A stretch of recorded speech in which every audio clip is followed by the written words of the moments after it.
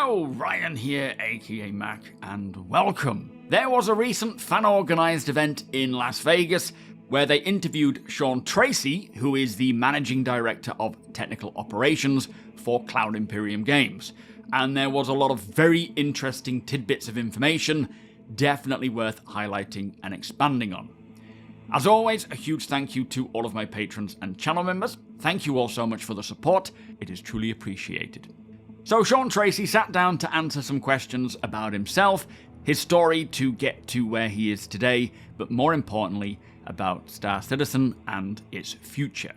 Now, much of what we have heard about in the past, but there were a lot of very interesting updates about things that we didn't know, or about things we knew of that have advanced, and I think many of you would love to hear about this. Now, the first question is, how will Star Citizen stay cutting edge and not fall behind from a technical or graphical standpoint, which is a question often asked.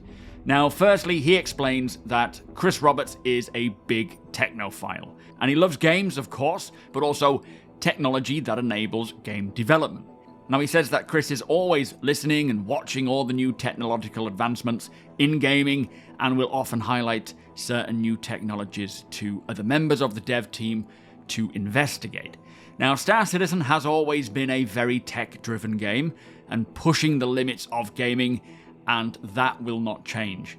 They know exactly what other engines and tools are doing and capable of, but in most cases, a lot of this stuff is just not fit for purpose for games like Star Citizen. So if there is a technology that Star Citizen can use and will benefit the game, they will do R&D into it, they will research the tech, and if plausible, find a way to make it fit Star Citizen's needs. Now, he says they are not at risk of falling behind. They will keep the StarEngine and its tools up to date, up to the current standards, and beyond throughout Star Citizen's development where necessary. Now, it has been said in the past that Star Citizen and its engine and tools are being built with future-proofing in mind. They will continue to update and evolve the engine as and when necessary. It is possible without having to keep building a new engine every so often, as we see with other engines.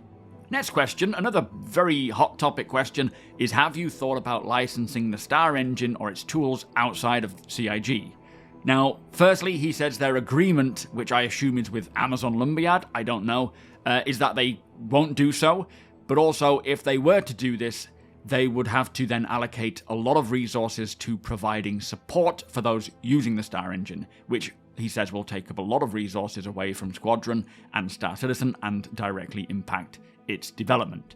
So I'm very happy to hear this. Not that I was opposed to the idea of it, but yeah, the focus is on Star Citizen, Squadron 42, making the engines and tools as good as they can be for both those games, should and is the priority. So I am glad that that has been put to bed. Next question, what are the unique challenges and advantages that the StarEngine provides for Star Citizen? Now, he says the StarEngine is ideal for delivering Star Citizen and Squadron 42 as it has been described. They have made a lot of tech fit for Star Citizen specifically, which means they are not using an engine with generic tools and tech. The StarEngine is exactly what it needs to be for Star Citizen to become possible, and it will continue to evolve as the tech and the game does. They also want to ensure that the tech is not just driving the game, but answering what the game is asking for. So basically, what does Star Citizen need?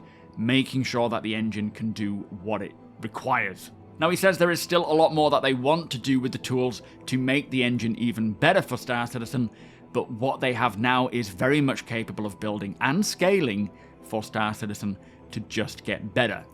Things like validation is to be improved so that they can find errors and make sure that things don't break, but they are getting to the place where they are very close to shipping Squadron and getting to 1.0. And that is definitely the beauty of the StarEngine. We're no longer using an engine that is just generic for every game to use. Star Citizen has some very specific needs, and building their own engine and then building the tools that Star Citizen needs ensures that it gets what it requires. Now, the next question was a big one. It is theaters of war, essentially. And if you don't know what this is, Theatres of War was intended to be kind of a combined arms game mode within the umbrella of, say, Arena Commander or Star Marine, where players will fight over points. Think of it like Battlefield's Rush mode. And when it was first revealed at CitizenCon, I think it was 2019, Sean Tracey said he wanted to push this out quick. They don't want to sit on it. They want to get it out and get it in our hands. And it had about 2 to 3 runs with the Evocati on the PTU, but it never came along. And I think originally when they put that out, there was a lot of optimization issues, a lot of desync, so they held off until that got fixed. And then it just kind of started rolling out into the PU, where now in the Persistent Universe, much of the Theatres of War content is what we're already experiencing, like the Hathor locations and the FPS stuff, and that sort of game mode is pretty much what we're playing now. They basically felt that having the resources and experiences in the PU is more important right now than for a closed game mode in Arena Commander, so it just got put on the back burner. Eventually, when the time is right and they have the resources to push it through, it will come along and make its way into Arena Commander, so you could hop in a sim pod and play it while you're quantum traveling somewhere, but not yet.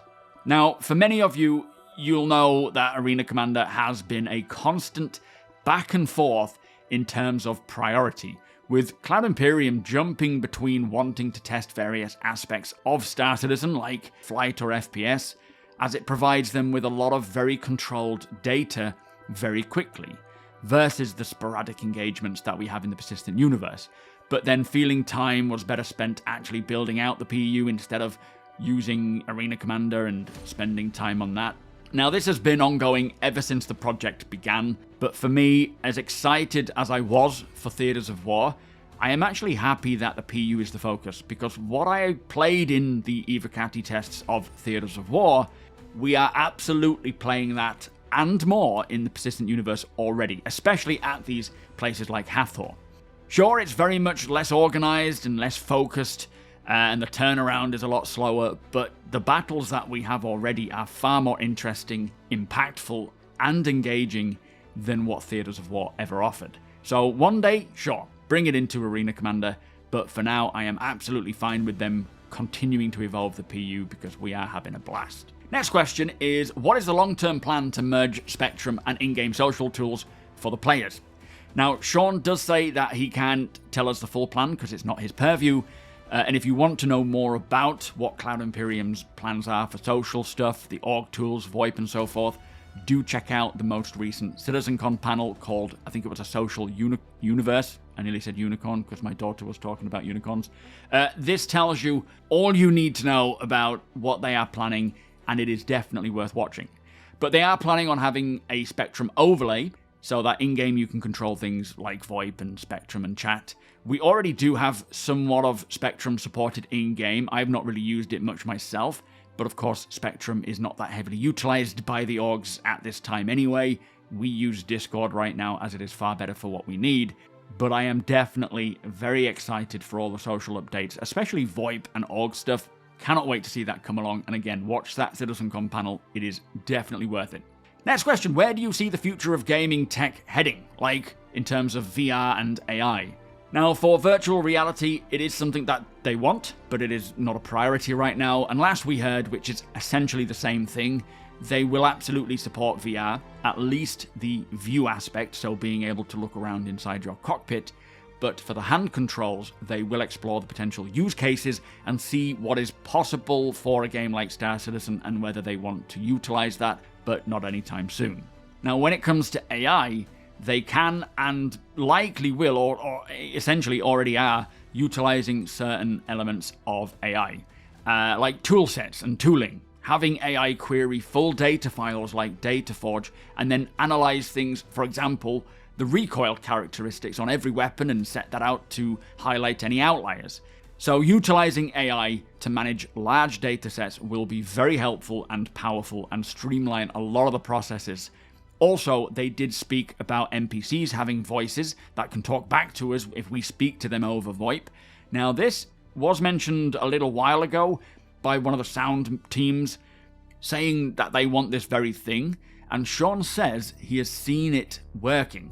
And he goes on to say that for a game like Star Citizen to use this, they will have to have billions of voice lines which cannot possibly be written by a single person or even a team. So they have to have this option. But the problem, he says, is the tech can be very hardware intensive. So utilizing a lot of memory on your GPU, for example. So they have to find a way to firstly optimize it, but also make sure that it utilizes the CPU instead.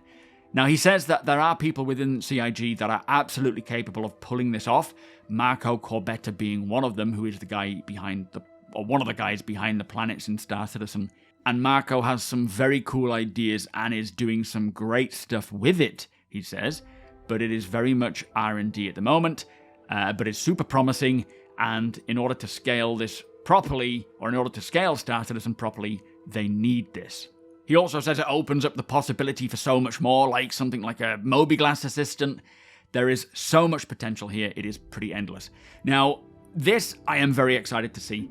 I suspect they will 100% get there, and we will one day be able to actually speak to an NPC in-game to, say, request things, or ask for help, or ask for directions, for example, and so on, which will be pretty mind-blowing. I've seen it already as tech demos, so it'll be cool to get this as a feature in Star Citizen, not to mention anything else that could become possible. And the fact that they are already looking into this, already doing research and development into this very thing, is pretty exciting.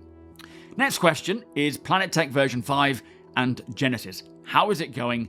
And will we see this come along in little snippets, or will there be a big wow moment with a lot of the aspects in one go?